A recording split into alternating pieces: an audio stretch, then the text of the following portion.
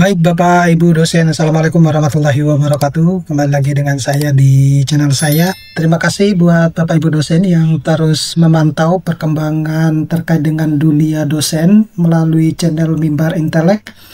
Nah, kali ini saya mau sharing terkait dengan bobroknya moral dosen dan mahasiswa di kampus Indonesia. Jadi disclaimer dulu bahwa video ini saya buat bukan untuk menggurui ya, tetapi lebih kepada kita saling mengingatkan, saling belajar terkait dengan situasi kondisi yang ada di lingkungan kampus di Indonesia ya. Jadi Bapak Ibu dosen, bahwasanya belum lama ini itu kasus terkait dengan apa? Profesor abal-abal ya, atau menjadi profesor dengan cara-cara yang tidak benar di beberapa kampus kembali mencuat. Belum lagi informasi terkait dengan karya-karya mahasiswa yang kemudian dicuri oleh dosennya untuk kenaikan pangkat dan lain sebagainya. Dan yang baru terjadi saat ini itu memang baru di perguruan tinggi negeri. Tentu perguruan tinggi swasta bukan berarti tidak akan mendapatkan perhatian khusus ya terkait dengan kecurangan-kecurangan dalam pengajuan jabatan akademik dosen. Nah, kenapa demikian? Karena teman-teman dosen di PTN pasti akan berpendapat atau berspekulasi bahwa tidak adil dong kalau hanya cuma PTN saja yang disidak ya. Oleh karena itu mungkin dari teman-teman dosen-dosen PTS yang memantau atau melihat video ini, bahwa mungkin dalam waktu dekat kampus-kampus Bapak Ibu dosen juga akan mendapatkan perhatian khusus, mungkin akan disidak terkait dengan pengajuan jabatan akademik dosen ya, terutama untuk yang ke guru besar yang dinilai mungkin tidak sesuai dengan koridor seperti apa yang telah dituangkan dalam kebijakan atau aturan. Nah, tetapi sebelum saya membahas ini lebih dalam, saya mau menginformasikan kepada teman-teman dosen yang ingin belajar atau membuat artikel ilmiah yang bisa dipublikasikan di jurnal internasional bereputasi, terutama yang Scopus ya, ataupun menulis jurnal nasional terakreditasi mulai Sinta 1 hingga Sinta 6, atau menulis buku dengan cara cepat. Prosesnya semua dilakukan dengan artificial intelligence, jadi lebih mudah, lebih cepat. Bapak Ibu dosen bisa mendownloadnya melalui link yang sudah saya sediakan pada deskripsi dari video ini.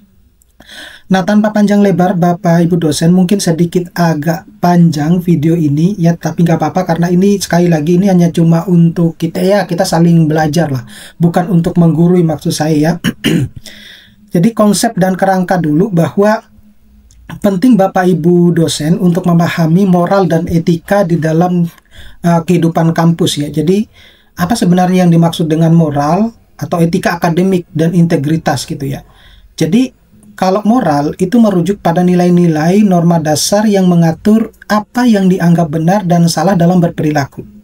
Nah, etika akademik itu adalah seperangkat prinsip dan aturan yang mengatur perilaku sivitas akademik ya, baik itu dosen, mahasiswa maupun tenaga kependidikan dalam dunia pendidikan tinggi, yang mencangkup kejujuran intelektual, penghormatan terhadap karya yang orang lain, tanggung jawab akademik, keadilan dan kebebasan akademik. Nah, sayangnya banyak dosen-dosen yang masih belum memahami terkait dengan etika akademik tersebut ya, sehingga seringkali terjadi bahwa adanya kecurangan-kecurangan pengambilan karya atau bahkan memanipulasi karya yang diperuntukkan untuk kenaikan jabatan akademiknya. Nah, kalau integritas itu bisa diartikan sebagai konsistensi antara nilai yang diyakini dan perilaku yang dilakukan. Artinya, seseorang tidak hanya tahu nilai yang benar, tapi juga bertindak sesuai, ya, sesuai dengan aturan-aturan. Nah, lalu mengapa moral atau etika itu penting dalam kampus? Nah, kampus itu bukan hanya sebenarnya tempat memperoleh pengetahuan teknis, tetapi juga tempat pembentukan karakter, pembinaan warga akademik yang akan jadi pemimpin, profesional, anggota masyarakat yang beretika. Nah, bagi dosen, sebagai pengajar, pembimbing, peneliti, mereka itu menjadi teladan. Artinya, peran etika dosen itu menyebutkan bahwa perilaku etis dosen punya pengaruh signifikan dalam membentuk karakter mahasiswanya. Nah, untuk mahasiswa sendiri, etika dan moral itu menjadi fondasi untuk menjadi profesional yang bertanggung jawab penghargaan terhadap hak orang lain, kerjasama, serta memegang reputasi diri dan institusi. Nah, apa yang dimaksud sebenarnya bobrok ya moral dalam konteks ini ya, dalam video ini? Jadi memburuknya moral itu berarti adanya penurunan kualitas etika dan integritas dalam berperilaku. Misalnya kecurangan akademik ya, misalnya mencontek atau melakukan plagiarisme, kekerasan verbal atau fisik, korupsi atau penyalahgunaan wewenang oleh dosen atau pegawai kampus, sikap apatis terhadap aturan dan sebagainya. Nah, yang paling mencengangkan itu adalah situasi empiris di Indonesia, di mana ada beberapa temuan riset ya atau laporan yang menggambarkan bahwa tantangan moral dan etika ini nyata untuk mahasiswa sendiri ya. Jadi studi akademik di Honesty in Indonesian College Student menemukan bahwa kecurangan akademik cukup dominan di antara mahasiswa di Indonesia dan berkaitan dengan aspek moral seperti integritas moral dan moral disassessment. Kemudian penelitian. Nah, sikap mahasiswa kepada dosen. Nah, pada mahasiswa, kampus menunjukkan bahwa lebih dari 60% responden pernah melanggar etika atau aturan kampus, misalnya di dalam kelas, dan ini dianggap sebagai potensi degradasi etika mahasiswa jika dibiarkan. Nah, lalu untuk penelitian, Transformation of Student Attitude and Behavior through Anti-Corruption Education Policy menegaskan bahwa korupsi dan nilai integritas bagi mahasiswa juga adalah masalah yang serius di institusi pendidikan tinggi di Indonesia.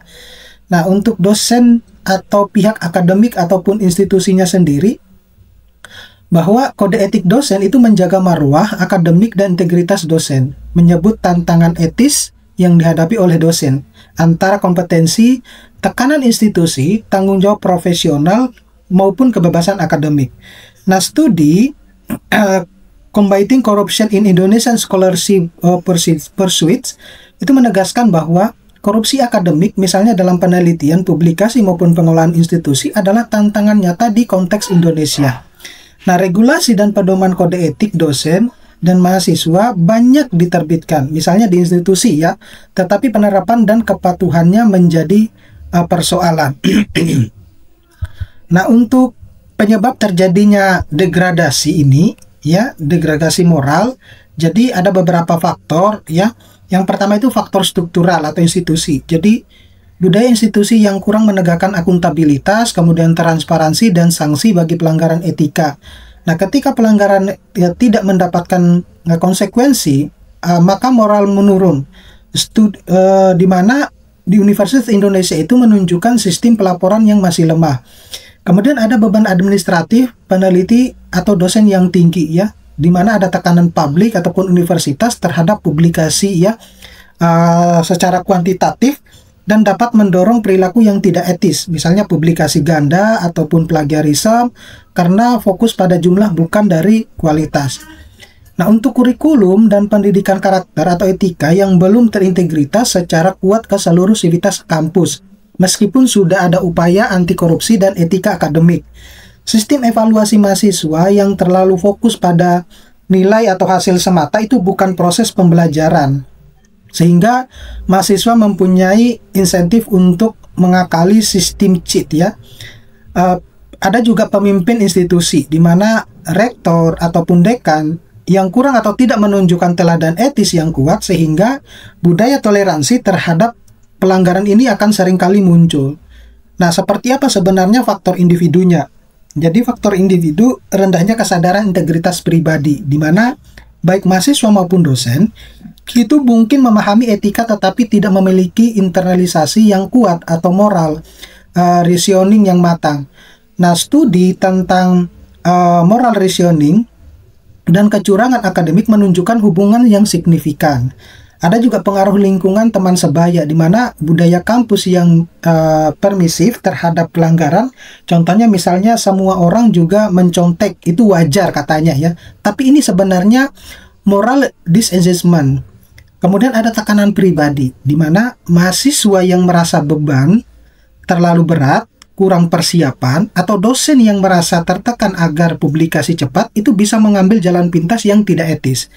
Nah, kemudian ada kurangnya membimbing moral atau etika oleh dosen atau institusi. Nah, jika dosen sendiri kurang menekankan etika, mahasiswa pun kurang terbentuk karakter etisnya ya, seperti yang dikatakan dalam studi perilaku etis dosen punya pengaruh pembentukan karakter mahasiswa. Nah, ada juga faktor sosial atau luar kampus ya, di mana budaya korupsi yang lebih luas di masyarakat di Indonesia turut mempengaruhi kampus jika norma sosial melegalkan jalan pintas, misalnya suap, kemudian favoritisme, maka kampus pun tidak kebal ya. Artikel Corruption is it's a moral issue or a legal issue mengatakan bahwa anti korupsi itu bukan hanya ekonomi tetapi moral juga.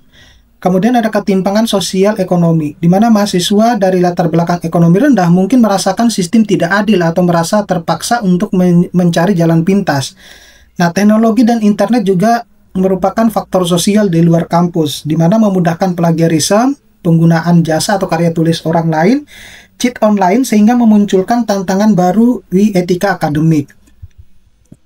Ada bentuk-bentuk pelanggaran etika ya, atau bobrok moral di kampus ya. Jadi berikut beberapa manifestasi ya, manifestasi nyata yang sudah didokumentasikan di kampus Indonesia. Misalnya kecurangan akademik oleh mahasiswa, jadi mencontek saat ujian, kemudian plagiarisme dan lain sebagainya ya. Itu dianggap sebagai sesuatu hal yang biasa. Jadi studi ini menunjukkan adanya tingkat yang cukup tinggi di antara mahasiswa di Indonesia. Kemudian ada pelanggaran etika oleh mahasiswa dalam interaksi sehari-hari. Jadi kurangnya rasa hormat terhadap dosen, staf kampus, pelanggar aturan kampus ya. Misalnya hasil penelitian lebih dari 60% itu pernah melanggar etika kampus. Nah, dosen atau institusi yang kurang menegakkan kode etik itu bisa berupaya favoritisme dan pembimbingan. Misalnya jalur cepat untuk mahasiswa tertentu, publikasi yang tidak etis ya. Misalnya melalui plagiarisme, menggabung dalam jurnal predatory ya. Kurang transparansi dalam pengelolaan dan penelitian ataupun beasiswa. Kemudian ada korupsi dan penyalahgunaan wewenang di pendidikan tinggi. Misalnya dana penelitian yang tidak jelas itu pertanggungjawabannya penerimaan mahasiswanya hingga komersialisasi pendidikan. Jadi ada juga kurangnya internalisasi nilai ya etika, sehingga kampus menjadi tempat produksi siswa atau mahasiswa yang berbasis nilai rendah. Artinya moral kampus itu menurun di harapan awal. Nah, lalu dampak dan bobroknya moral di kampus itu seperti apa? Nah, jadi ada 4 poin. Misalnya bagi mahasiswa atau dosen, jadi bagi mahasiswa itu jika integritasnya rendah, maka saat masuk di dunia profesional nanti bisa memakai jalan pintas juga gitu. Kemudian bagi dosen, ketika kode etik diabaikan, profesionalisme dosen itu kehilangan kredibilitas, kepercayaan mahasiswa dan masyarakat. Ada rasa keadilan di kampus itu juga menurun, dan motivasi belajar dan kualitas akademik juga menurun. Jadi lingkungan yang permisif terhadap pelanggaran etika itu membuat kompetisi tidak sehat. Bagi institusi kampus, itu reputasi institusi itu bisa rusak ya, karena mungkin publik mungkin meragukan kualitas lulusan, penelitian, dan akuntabilitas institusi. Nah, kualitas proses akademik itu menurun juga. Jadi ketika etika diabaikan, maka proses belajar mengajar dan penelitian menjadi sekadar formalitas, bukan pembentukan karakter dan kompetensi. Ada juga perguruan tinggi menjadi kurang relevan sebagai agen perubahan sosial dan moral. Nah, biaya sosial yang muncul jika kampus meneruskan lulusan dengan moral rendah, maka dampaknya ke masyarakat dan dunia kerja. Nah, bagi bangsa dan masyarakat, sumber daya manusia yang dihasilkan bisa kurang memiliki nilai integritas yang dibutuhkan untuk pembangunan bangsa. Jadi misalnya norma sosial yang buruk bisa merambat dari kampus ke masyarakat. Kampus seharusnya menjadi teladan, tetapi jika moralnya bobrok, maka bisa memperkuat sikap permisif terhadap pelanggaran. Nah, keterkaitan dengan isu korupsi nasional, ketika kampus tidak mampu membangun integritas, maka budaya korupsi bisa lebih sulit dilawan.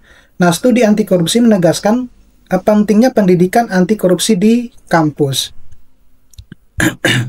Lalu seperti apa mengapa kode etik gagal ditegakkan ya?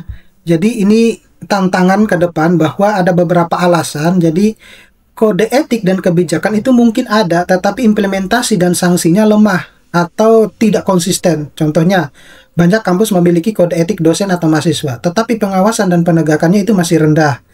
Nah, pendidikan karakter atau etika seringkali dipisahkan sebagai mata kuliah atau kegiatan terpisah, bukan menjadi bagian integral dari seluruh sivitas akademik, mulai dari kurikulum, operasi, ataupun budaya kampus. Belum cukup internalisasi nilai, masih banyak yang hanya taat aturan karena takut sanksi, bukan karena nilai itu diyakini. Nah, tekanan eksternal misalnya tuntutan kuantitas publikasi, persaingan yang tinggi, dana yang terbatas, semua bisa mendorong jalan pintas.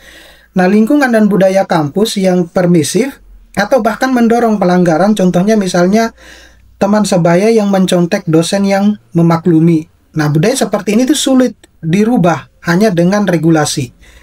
Kemudian kurangnya penguatan dan penghargaan terhadap perilaku etis. Misalnya kampus bisa kurang memberikan apresiasi kepada dosen atau mahasiswa yang memang menunjukkan integritas tinggi, sehingga perilaku etis kurang menjadi modal gitu ya, model gitu.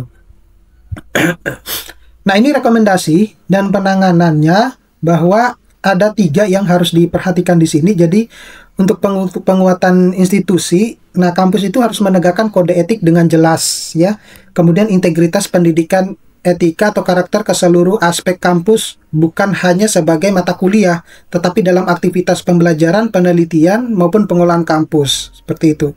Kemudian ada kepemimpinan kampus ya, mulai dari rektor, dekan, dan lain sebagainya, itu harus menjadi teladan etis. Budaya kampus harus mempromosikan integritas sebagai nilai utama. Nah, transparansi maupun akuntabilitas dalam penelitian, pengolahan dana dan penerimaan mahasiswa, dan administrasi kampus.